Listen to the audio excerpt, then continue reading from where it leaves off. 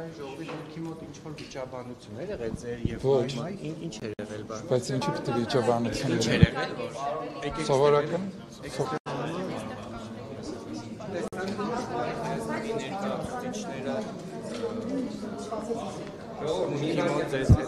ձեր շփումը եթե վիճաբանություն եք համարում, ապա կարող ենք համարել վիճաբանություն։ Չէ, մեր հետ չէր ընդդիմադիր որոշ անդամների Ոչ, որևէ վեճ տեղի չի ունեցել եւ եթե դուք նայել եք ձայնագրությունը, տեսած կլինեք որ չկա ոչ։ Կա հարց եւ տրվել է պատասխան, այսքանը։ Եվ դուք ակտիվորեն այս օրերին ձեր Facebook-յան էջում առանձին կտորներ եք, հա, հրապարակում քննչական կոմիտեի մոնտաժված ձայնագրությունից, կարծես արդեն դատավճիռ է, հա, կայացված հարուցված քրեական վարույթի վերաբերյալ նման տպավորություն ենք ստանում։ Դա ձեր տպավորությունն է։ Եթե դուք որպես ահաբեկիչ եք ներկայացնում մի բան, որը դեռևս գոնե դատարանով ապացուցված չի։ Կներեք, կանխված ահաբեկչական ակտը կարծում եմ պետք է դատապարտվի ոչ միայն մեր կողմից, այլ նաև ձեր կողմից եւ մեր լրագրող գործընկերների կողմից, ընդդիմության կողմից եւ մենք ցավոք դա չենք տեսնում։ Ընդդիմադիր Թույլ տվեք ավարտեմ։ Չենք տեսնում մեր ընդդիմադիր գործընկերների կողմից եւ շատ հաճախ նաեւ մենք չենք տեսնում նաեւ մեր լրագրող գործընկերների կողմից։ Նախաքննությունը ավարտված չէ եւ դուք Կա ձայնագրություն Անիջան որը հարց է ինչպես է ձեռք բերվել եւ արդյոք իրական է թե ոչ նույնիսկ Փաստաբանը եթե չեմ սխալվում հաստատել է որ ձայնագրությունը թույլ տվեք ավարտել Փաստաբանը վերահաստատել է որ տվյալ մարդու ձայնն է եւ չկա որևէ այլ միջամտություն, հետևաբար այն ինչ գոյություն ունի, անկախ նրանից տարբեր հատվածներ են թե ոչ,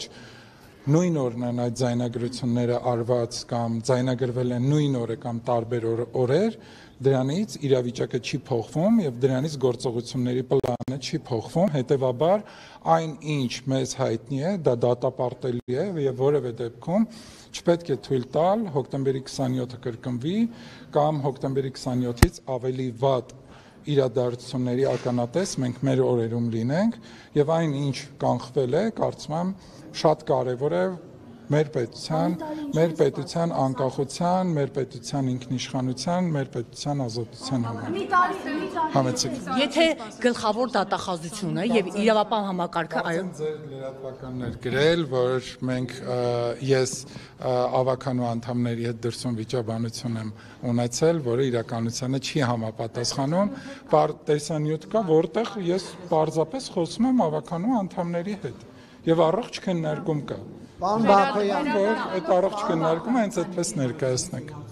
Եթե Հայաստանի Հանրապետության իրավապահ համակարգը քննչական կոմիտեի նախագահը երեք ասաց, որ այո ձայնագրությունը ամբողջական ներկայացված չի եւ ամբողջական չէին կարող ներկայացնել, որտեղ անձնական տվյալներ կան եւ այո կիսատ ներկայացվում է, որ հատվածը որ կարեւոր է քննության համար դա է ներկայացվել։ Հիմա հարցս էսպիսին է. եթե ձեր խոսակցությունները, օրվա ընթացքում ձեր խոսակցությունները իրավապահ մարմինները լսեն եւ հանրությանը կոնտեքստից կտրված իրենց ինչ անհրաժեշտ է դա ներկայացնեն։ Օրինակ դուք որ քրեակատարողական հիմնարկում կհայտնվեիք, պարոն Ես որևէ քրեակատարողական հիմնարկում չեմ կարող հայտնվել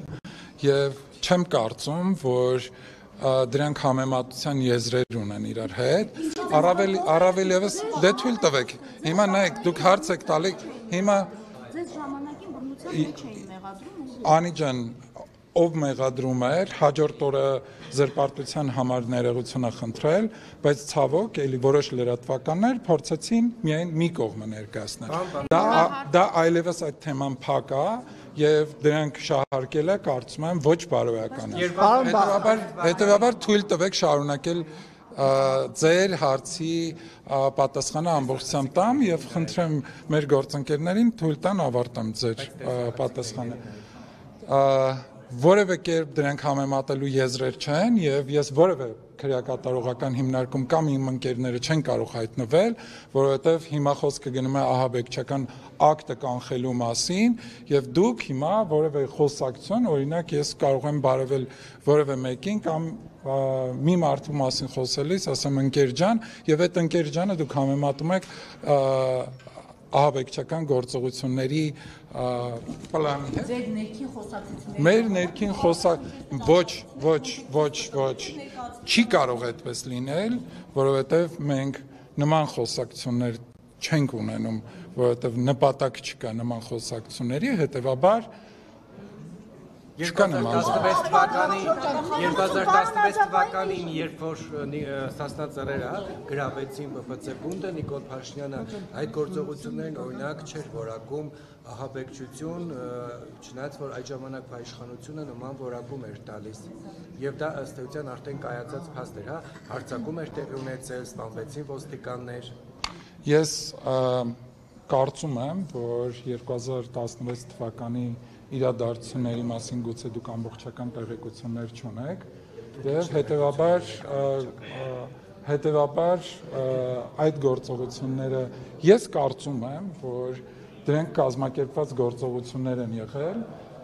օրվա իշխանությունների կողմից կազմակերպված եւ ներքաշել են մարդկանց առանց իրենց իմացության որոշակի պրոցեսներ գեներացնելու եւ որոշակի արտաքին մարտահրավերներ, որպես որոշակի արտաքին մարտահրավերներ կանխելու կամ դրանք երկարաձգելու։ Փաշինյանն էլ է դրա մի մաս եղել։ Առաջինը ինքը մտավ ԲՊՑ-ում, ավելին Խորենացի փողոցում հենց ինքն էր գոռում իշխանափոխություն։ Ես այդ հարցին պատասխանեցի Անի ջան, համեցեք։ Էլինար Վարդանյանը հանձնաժողովի նախագահ չմտավ։ Մի րոպե կարևոր բան է հայտարարել ժողովուրդ։ Դուք ասում եք, որ դա պրոցես էր կազմակերպված։ Այդ կազմակերպված պրոցեսի հատվածը եղել է Նիկոլ Փաշինյանը արդյոք թե ոչ, որտեղ ինքը կասկածելի հանգամանքներում առաջինը հայտնվեց ԲՊՑ գնդում եւ այդ ամենը լուրջ հարց տվեք, խնդրում եմ, որովհետեւ ձեր տված հարցը չէ։ Բան եք հայտարարել։ Ես էլ ասում եմ, եթե կազմակերպված էր, ապա Փաշինյանը դրա մի մաս էր, որտեղ ինքը առաջինը կասկածելի հանգամանքներում հայտնվել է ԲՊՑ գնդում եւ Էլինար Վարդանյանը հանձնաժողովի նախագահն ու ինքը։ Հիմա հարցը տվել եք, պատասխանեմ։ Խոսքը գնում է Սասնա ծռերի եւ այդ ժամանակվա իշխանությունների մասին եւ Նիկոլ Փաշինյանը որևէ պրոցեսից տեղյակ չէր կարող լինել, հետեւաբար Նիկոլ Փաշինյանը որևէ պրոցեսի մաս չի կազմել։ Ինքը բառացի ասել է անընդունելի է Սասնա ծռերին որակել ահաբեկիչ։ Այսինքն Բագրատ Սրբազանի այդ խումբը, այդ հեղաշրջման պլանը, այսպես ասած, բերեցին, գցեցին ընդդիմության գրպանացման, բայց այո, դուք համեմատում եք 2016-ը 2025-ի այն պրոցեսների հետ, ես կարծում եմ, որ 2025-ի Վազգեն Գալստանյանի կազմակերպած պրոցեսները պետք է համեմատվի եւ համեմատելի են 1999 թվականի հոկտեմբերի 27-ի հետ։ Բայց ձեզ ավելի է համընկնում, քան սա, մենակ բանն է, չի ամեն թղթի վրա չի նայում։ Պարոն Բաքոյան, Նիկոլ Փաշինյանը նախ այսպես Facebook-ում բաներ արել, հրադադար էր հայտարարել այդ, որ այլևս հայրախոսությամբ չի զբաղվելու, հետո էլ ասում է եկեք կոնսենսուսի գանք, մեկս մյուսին չհայենք, ինչու հանկարծ Նիկոլ Փաշինյանը այսպես որոշեց իր դիրքավորումը բան անել, հա, ինչպես Ռուզանն է ասում, ինչ որոշեց կիրթ դառնալ։ Թույլ տվեք չհամաձայնել ձեր տված ձևակերպման հետ, որովհետև վստահ եմ դուք շատ լավ գիտեք եւ չափետը կիրթ է եւ կիրթ ձևանալ կամ կիրթ դառնալ հնարավոր չէ տվյալ պահին եւ եթե մարդու ընտանիքին բարբերաբար կպնում են եւ դուք նաեւ որպես լրագրողներ դա չեք դատապարտում եւ ինչ որ պահի երբ հակառակը ինչ որ պահից սկսած մարդը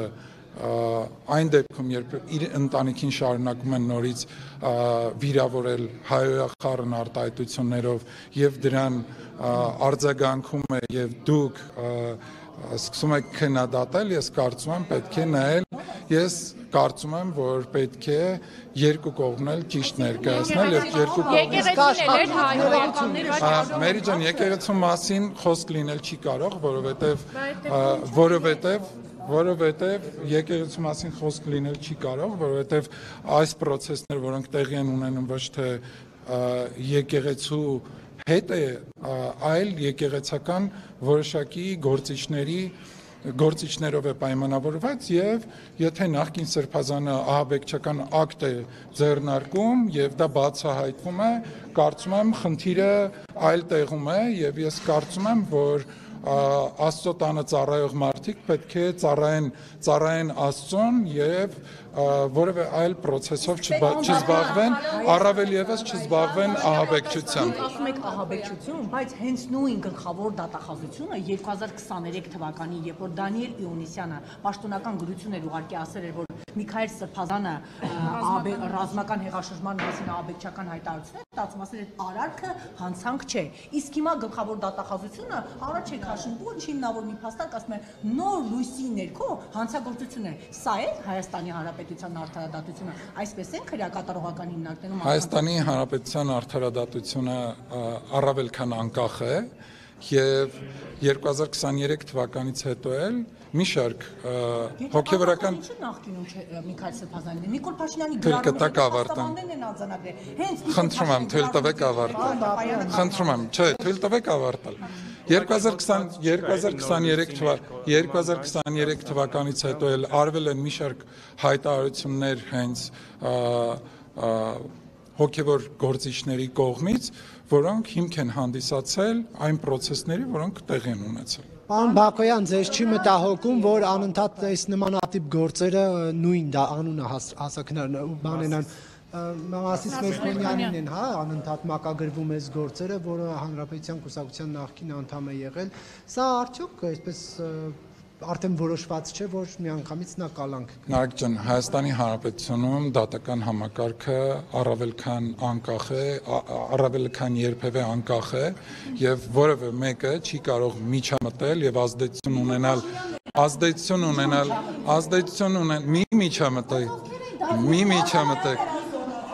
Խնդրում եմ մի միջամտեք որևէ մեկը չի կարող ազդեցություն ունենալ դատարանների վրա եւ դուք առնվազն ականատես եք եղել մի շարք դատավարական process-ների, որոնք գուցե նաեւ մեր սրտով տեղի չեն ունեցել։ Դատավորին է, անընդհատ որ նույն դատավորին է, հա, բանանում, մակագրվում, դա դուք արդյոք հարցեր չի առաջացնում ձեզ, ինչպես է լինում, որ քաղաքական Գիտեք, մի շարք հարցեր կարող են տարբեր իրավիճակներում առաջանալ, բայց հարցը չպետք է ինձ հասցեագրեք, հարցը պետք է հասցեագրեք համակարգին։ Դուք չեք, ձեզ չի հուզում։ Չէ, նորից եմ ասում, ես ժպիտով կվերաբերվեմ Անի քո ասացին, բայց այն ինչ դուք ասում եք, որ մեզ չի հուզում, մեզ մի շարք հարցեր պարբերաբար հուզում են եւ ոչ միայն մի շարք, բազմաթիվ հարցեր են պարբերաբար մեզ հուզում եւ կարող է դատական համակարգի հետ կապված մի շարք հարցեր մեզ էլի հուզեն։ Ձեզ չի հուզում, որ Մայրաթոռը ԱԱԾ-ով ոստիկանական մեծ խմբով գնացին եւ շատերը դա գրող որակեցին։ Շատերը ովքեր են գրող։ Գիտեք, ինչպես եք դուք ներկայացնում, ես կարծում եմ, որ հավելեմ ասում էր, որ մոլի նիկոլականներ էլ կային, ովքեր եկել էին պաշտպանելու եկեղեցին հարձակումից։ Ներեցեք, բայց ես Հայաստանի Հանրապետության քաղաքացիներին մոլի չեմ բնորոշի եւ հետեւաբար թույլ տվեք զերծ մնալ։ Ինչպես Գիտեք, դուք հիմա նույն բառապաշարով եք խոսում, ինչ երեք Ռուսաստանի Դաշնության արտաքին գործերի նախարարն էր խոսում եւ տարօրինակ կապ եմ տեսնում դրա մեջ։ Պարոն Բակոյան, եթե համեցեք սոցիոլոգիական հարցման տվյալներ, համաձայն որոնց եկեղեցին համարվում է Հայաստանում հանրության շրջանում ամենաբարձր հեղինակությունը վայելող կառույցը։ Քանի որ գործընկերներս եկեղեցու որոշ սպասավորների նկատմամբ իրականացվող քրեական հետապնդումը համարում են հարձակում, արշավ եւ այլն, մենք չենք համարում դա։ հարց այս համատեքստում, եթե եկեղեցին ամենաբարձր հեղինակությունն է վայելում, ինչու հանրությունը փողոցները չի փակել ի պաշտպանություն եկեղեցու եւ այսպես սպոնտան ինքնաբուխ շարժմամբ չի ստանձնել եկեղեցու եւ կոնկրետ հոգեվորականների պաշտպանությունը, ինչու են փողոցները այս անգամ դատարկ։ Նորից թույլ տվեք չհամաձայնել, որ որևէ հարցակում որևէ տեղի վրա, այդ թվում եկեղեցու վրա չկա, կա հարց պայմանավորված մի շարք հոգեվորականներով, ովքեր հեղաշրջման կոչեր են արել, ովքեր պլանավորել են երկրում ահաբեկչական ակտ իրականացնել, խոսքը սրա մասին է եւ կան գործիչներ, ում աշխատանքը գնահատվում է ոչ պատշաճ եւ տրել են հարցեր, այդ հարցերին չի տրվել որևէ պատասխան։ Պարոն Բաքոյան, ներողություն, հարցը ինչու այդ դեպքում բարձր հեղինակություն վայելող գործողությունները սրբապղծություններ Մայրաթորի հետ կապված։ Ես ուզում եմ այն քաղաքական գործիչներին, որոնք գոյություն չունեն, չմեկնաբանել։ Պարոն Բաքոյան, իրավական ներողություն, թույլ տվեք ես ավարտեմ իմ հարցի պատասխանը, բայց դուք չեք ստացել։ Չէ, ես վերադառնալով իմ հարցին, պարոն Բաքոյան, թե ինչու։ Ես այստեղ կուզեի անդրադառնալ իրավապահների աշխատանքներին եւ հույս ունեմ, որ այն քաղաքական գործիչները, ովքեր իրենց սպառել են եւ քաղաքանում են վաղուց գտնվում եւ որոնք ժամանակին զբաղվել են կոռուպցիայով, իրենց նախարար եղած ժամանակ եւ ձեռք են բերել այնպիսի բնակարաններ, որոնց արժեքը միլիոնավոր դոլարների է հասնում եւ ցոփ ու շվայտ կյանք են վարում, ես կարծում եմ, որ այն մարմինները, որոնք մեր իշխանության ժամանակ անկախություն են ստացել, պարտավոր են զբաղվել նաեւ այս քաղաքական գործիչներով եւ այն ինչ իրենք ժամանակին խլել են ձեզանից յուրաքանչյուրից, մեզանից, Հայաստանի Հանրապետության քաղաքացիներից յուրաքանչյուրից, պետք է վերադարձնեն, կրկնում եմ, պետք է վերադարձնեն ժողովրդին եւ պետությանը։ Փաշինյանի մեկ հրահանգով Սամվել Կարապետյանը ձերբակալվեց, այնուհետև կալանավորվեց, հիմա հեծնեք այստեղ խլելու հարցն եք քննարկելու ու խոսում եք արդարադատությունից։ Ընդամենը մեկ հրահանգով դուք ԲԴԽ նախագահ եք փոխում, ընդամենը մեկ SMS-ով, ինչի մասին է խոսքը։ Ինչ քանի հարց եք տալի։ Ես դες օրինակներն եմ բերում, այս տիրույթում դուք հիմա ձեր հարցը կձևակերպեք։ Ես ասում եմ, նշված օրինակների տիրույթում է ձեր արդարադատությունը։ Խնդրում եմ հարցը կոնկրետ ձևակերպեք։ Ձևակերպում եմ։ Ձևակերպեք։ Կոնկրետ ձևակերպում եմ հարցը։ Ձևակերպեք։ Արդարադատությունը մեկ հաղորդագրությամբ եւ մեկ գրառմամբ Սամվել Կարապետյանին ձերբակալելով է դրսևորվում, հեծը նրանից մեկ հրահանգով խլելու փորձերով է դրսևորվում։ Դուք նորից իրականությանը չհամապատասխանող հարցադրում եք անում եւ էմոցիաները կամ խնդրում եմ բայեք հետո կարտահայտեք, բայց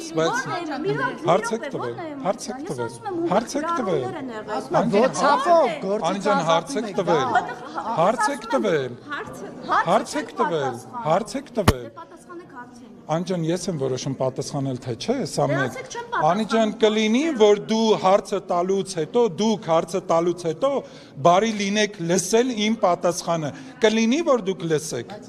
Կլինի, որ լսեք, խնդրում եմ, կլինի, որ լսեք։ Դուք նոր էմոցիաներից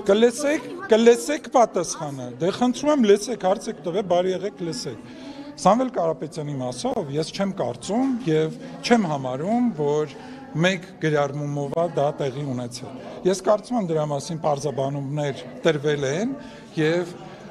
այնինչ հեծը իր գործունեության ընթացքում հատկապես վերջի շրջանում իրականացնում էր, դրանք վիճահարույց են եւ խնդիրներ կար եւ նաեւ հանձնարարված էր, որպեսզի հեծին հեծը այլևս մի ամսվա ընթացքում այն խնդիրները, որոնք գոյություն ունեն եւ այն անջատումները, որոնք տեղի են ունենում, մի ամսվա մեջ ժամանակ էր տրված, որ դրանք կարգավորվեն, բայց դրանք չեն կարգավորվում։ Երբ որ այդ մի ամիսը ավարտվել է,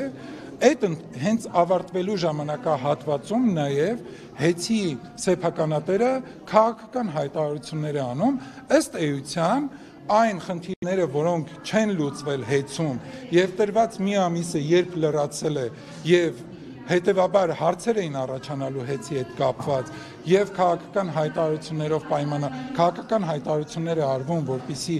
պայմանավորեն քաղաքական դրդապատճառներով հեծի ազգայնացման ծրագիրը։ Սա այն պատասխանը, որ Պարոն Բաբայան, դուք ասեցիք, որ մեկ ամիս ժամանակ է տրվել ըստ էության այն արկա խնդիրները, որոնք կային հեծում, լուծվեն, չեն լուծվել։ Կառավարության 5-ամյա ծրագիրը մեծ մասամբ չի իրականացվել։ Ինչ պետք է հետևի այս գործընթացին։ Կառավարության 5-ամյա ծրագիրը ընթացքի մեջ է եւ 2026 Կառավարության 5-ամյա ծրագրում Արցախը ներառված է։ Ես խնդրում եմ 2026 թվականին նոր ավարտվում է եւ ասել, որ 2025 թվականին դեռ ավարտված չէ կառավարության 5-ամյա ծրագիրը, կարծում եմ դեռ շուտ է։ Այսինքն դեօկուպացիայի սպասել, դեօկուպացիայի Արցախի սպասել, Շուշիի Հադրութի դեօկուպացիայի Կարծում եմ Լեռնային Ղարաբաղի մասով հարցերը դրանք ստացել են բավարար պատասխաններ եւ հիմա եթե որևէ այլ հարցեր ունեք, ապա խնդրում։ Դուք դատական եւ իրավական համակարգի անկախությունից եւ արդարությունից եք խոսում, նաեւ այստեղ մեր հնչեցրած հարցերին պատասխան ասում եք էմոցիոնալ է, չոր իրավական տերմինաբանությամբ եթե գնանք, Միքայել Սրբազանի վերաբերյալ քրեական գործը հարուցվել է հունիսի 17-ին, այդ ընթացքում նա չի ծանուցվել եւ միայն հունիսի 25-ին ազգային անվտանգության ծառայությունը տեղեկանալով, որ նա գտնվում է Վեհարանում, հարձակում են իրականացնում Վեհարանի վրա։ Հիմա սա է ձեր պատկերացրած եւ սա է իրականացնում Հայաստանի Հանրապետության դատական եւ իրավական համակարգը։ Եթե ես չեմ սխալվում, իրավապահները դրա նախորդող գիշերը եղել են առաջնորդանում մի օրը առավոտյան են եղել ոչ առաջնորդարանում, այլ եթե ես չեմ սխալվում, եղել են Գյումրի քաղաքում եւ արդեն առավոտյան նաեւ տեղեկանալով, որ Միքայել Սրբազանը գտնվում է այդ վայրում, այցելել են այդտեղ։ Բայց ես ասում եմ, Միքայել Սրբազանը չի ծանուցվել։ Քրեական գործը հարուցվել է հունիսի 17-ին, նրանք միայն որոշում են հունիսի 25-ին ձերբակալել։ Մերջան, ձեր հարցին հստակ հետեւյալ կերպ պատասխանեմ, որ դատական համակարգը որևէ մեկի կողմից չունի ազդեցություն եւ ձեր այս հարցը հստակ ուղղված է դատական համակարգին եւ այն մարմիններին, ովքեր այդ գործողությունները իրականացրել են։ Պարոն Բաքոյանին Դառնալով պարոն Բաքոյանին հարցին ձեր գործընկեր Գեղամ Մանուկյանը Միքայել Սրբազյանին ձերբակալելու օրը Մայրաթորի հնչող ողանջների ներքո ասում էր, որ ժողովուրդ դուրս եկեք փողոց, սա նոր Սարդարապատ է։ Ինչն է պատճառը, պարոն Բաքոյան, որ 60 եւ ավելի տոկոս կրկնում եմ, հեղինակություն վայելող կառույցի պաշտպանությունը չի ստանձնում նույն այդ կառույցի հեղինակություն այդքան բարձր գնահատած հանրությունը, ինչու ժողովուրդը դուրս չի գալիս պաշտպանություն եկեղեցու։ Դուք ունեք այդ հարցի պատասխանը։ Գուցե կոչանողների անձով է պայմանավորված։ Այնինչ մտածում եմ դրա մասին չխոսեմ, բայց հանրությունը ինքն է որոշում դուրս գալ թե ոչ։ Պարոն Բաքոյան, ինչ է կարծում հանրային վերջացրեցիք։ Արդյոք սրանից հետևում է, որ եկեղեցին որպես ինստիտուտ է հեղինակություն վայելում, բայց ոչ դրա սպասավորները, հետևաբար դրանց սպասավորների պաշտպանության հարցն է բարձրացվում, այդ է պատճառը, որ դուրս չեն գալիս։ Հարգանք այո վայելում է, բայց ես կարծում եմ մի շարք եկեղեցական գործիչներ, ովքեր դուրս են եկել իրենց հոգևոր ծառայության տիրույթից եւ քաղաքական գործունեություն են ծավալում եւ իրենց մասին մի շարք աղմկահարույց բացահայտումներ կան, կարծում եմ սրանով նաեւ պայմանավորված է հանրության որոշակի վերապահում հենց այս անձանց նկատմամբ։ Եզրակացնենք, որ եկեղեցականները հեղինակություն չեն վայելում, հետեւաբար դրանց պաշտպանության համար ժողովուրդը թողոց դուրս չի գալիս։ Գիտեք, եկեղեցականներ կան, ես տեսել եմ ինչպես են իրենք հոգևոր ծառայություն մատուցում եւ ինչպիսի կյանքով են ապրում եւ ես որպես աստվածավախ մարդ համբուրում եմ այդ եկեղեցականների աճը, բայց այն եկեղեցականները, ովքեր իրենց ծառայություն տիրույթից դուրս են, ես կարծում եմ պետք է զբաղվեն այն ամենով, ինչով որ սկսել են զբաղվել քաղաքականությամբ, բարի գալուստ քաղաքականություն եւ թող եկեղեցուն էլ հանգիստ թողնի։ Եթե եկեղեցականները դադարեցնեն իրենց Ես կարծում եմ բավարար պատասխանեցի, բայց ես այս ընթացքում նաև միտք գեներացա, որի մասին կուզեմ խոսել եւ կարծում եմ արդեն ավարտում ենք։ Հենց իմ հարցի ժամանակ որոշեցիք այդ։ Նարեկ կպատասխանեմ ձեր հարցին, բայց ինձ հետաքրքիր է, որ նաև մեր լրագրող գործընկերների կողմից հարցադրում է նաև հենց վերջի իրադարձությունների մասին այլ կերպ կամ այլ տեսանկյունից չբարձրաձայնվեց։ Այ օրինակ ինչպես կանխվեց նոր ահաբեկչությունը կամ արդյոք այդ ահաբեկչությունը, որ տեղի ունենար, ինչպիսի հետևանքներ կունենար։ Եվ ես այս հարցադրումները պարզապես չլսեցի։ Համեցիք։ Ինչ ճակատագիր են ստացել։ Դուք գիտեք, այս որևէ գործնա Նիկոլ Փաշինյանի օրոք։ Բազեյանի գործը կա, իշխանազատման հետ կապված, Տերևաթափի գործը կա, Աշոտ Երկաթենց գործը կա, ու բոլորը ու հանկարծ բոլորը մեծամասամբ ազատության մեջ են, բացի Սերոբ Գասպարյանի գործի։ Հասկանում եք, եթե այդքան ռեալ է տենց վտանգը, այդքան ռեալ է, բայց ծանր հանցագործները ինչ են անում է փողոցում։ Եթե տենց ծանր հոդվածներ են, այդքան ռեալ է այդ վտանգը, այդքան շոշափելի է, ինչ են անում։ Նարեկ կասես։ Դուք ասում եմ ինչ են անում։ Գիտեք, այս որերորդ նմանատիպ գործն է։ Ուզում եմ ասեմ, դուք եք այս հոդվածները դարձրել եք ձեռքի հետ խաղալիք։ Այն կառույցներին, ովքեր զբաղվում են դրանով, ձեզ կպատասխանեն։ Ասում եմ ծանր հանցագործները ինչ գործ ունեն փողոցում։ Շատ լավ։ Պարոն Բակոյան, դուք ինչ եք կարծում Նիկոլ Փաշինյանի առաջարկած այս սցենար աշխատելու է, թե չէ հանրային կոնսենսուսի գալ է, ոչ հայոյանքներ չտալ միմյանց, դուք կարծում եք դա կաշխատի։ Գիտեք, շատ կարևոր է, որ հանրային տիրույթում քաղաքական գործիչների խոսքը շատ ավելի անաղարտ լինի, բայց ցավոք մենք նաև նկատում ենք, որ ընդդիմադիր մեր գործընկերները հենց իրենց կարևոր մեխերից մեկը գործունեության համարում են նաև նման գործելավոճը, հետևաբար ես իմ անձնական կարծիքն է, որ ընդդիմությունը իր որդեգրած քաղաքականությունից, գործելավոճից պայմանավորված նաև հենց իրենց բառապաշարով պարզապես չեն փոխելու։ Եվ երբ Նիկոլ Փաշինյանն ասում է, որ ով հայոյի համարժեք պատասխան կստանա, սա արդյոք չի նշանակում, որ պետությունը չի կարողանում իր քաղաքացիներին օրենքներով պաշտպանել, որ հայոյանքի դեմ, այսպես հայոյանք է գործում։ Մենք հայոյանքը քրեականացնող օրինագիծ բերեցինք եւ հենց մեր սիրելի գործընկերներ, լրագրող գործընկերները, քաղաքասրակցության ներկայացուցիչները, նաև բազմաթիվ քաղաքական գործիչներ, ընդդիմությունը քննադատում էր այս օրենքը, որը ամբողջովին կարողանում էր կարգավորել այս դաշտը, բայց ցավոք հենց ձեր ճնշման եւ մեր քաղաքասրակցության եւ մնացած գործընկերների ճնշման ազդեցության տակ մենք որոշեցինք, որ այդ փոփոխությունը պետք է իրականացնենք։ Երբ վարչապետն ասում է հենց ինձ հայոյեցիք, ես էլ ձեզ կհայոյեմ։ Գիտեք, երբ մարդու ընտանիք են մտնում եւ դրա մասին տարիներ շարունակ լռում են, ես կարծում եմ այստեղ նաեւ ես կարծում եմ, լավ չասեմ ում աջակցության անհրաժեշտությունը կար, բայց ես կարծում եմ, որ անընդունելի է մտնել մարդկանց ընտանիք, եթե խոսքը վերաբերվում է աշխատանքին, ապա այս մասով բազմաթիվ քննադատություններ կարող են լինել, բայց մարդու ընտանիք մտնելը դա բարոյականության սահմաններ հատելն է եւ եթե կա մարդն էլ ընդունակ է համբերության եւ համբերության իր սահմանագիծը ունի եւ այդ սահմանագծից հետո ինքն է որոշում ինչպես պատասխանել այն հայոյանքներին կամ հայոյախառն քննադատություններին, որոնք ուղղված են իր ընտանիքին եւ հետեւաբար ինչ որոշում էլ որ ինքը կայացնի, ես կարծում եմ այդ որոշումը իր եւ իր ընտանիքի համար արդարացված պետք է լինի։ Ներողություն, պարոն Բակոյան, դուք որ այսպես նեղվեցիք, հա, որ ասում եք չեք հարցնում, ինչպես է բացահայտվել։ Ես չեմ նեղվում, ես պարզապես դրա մասին ինչպես է բացահայտվել։ Գուցե նաեւ նեղվում եմ եւ ցավ եմ ապրում։ Լավ, արեք չկենտրոնանանք այդ բառի վրա, բայց դուք ինչ ունեք ասելու, որ այսպես մտահոգել էր ձեզ, որ այդպիսի հարց չհնչեց, թե ինչպես է բացահայտվել այդ վերաբերյալ հեղաշրջման մոտեցման հարցը ինձ հետաքրքրում էր նաև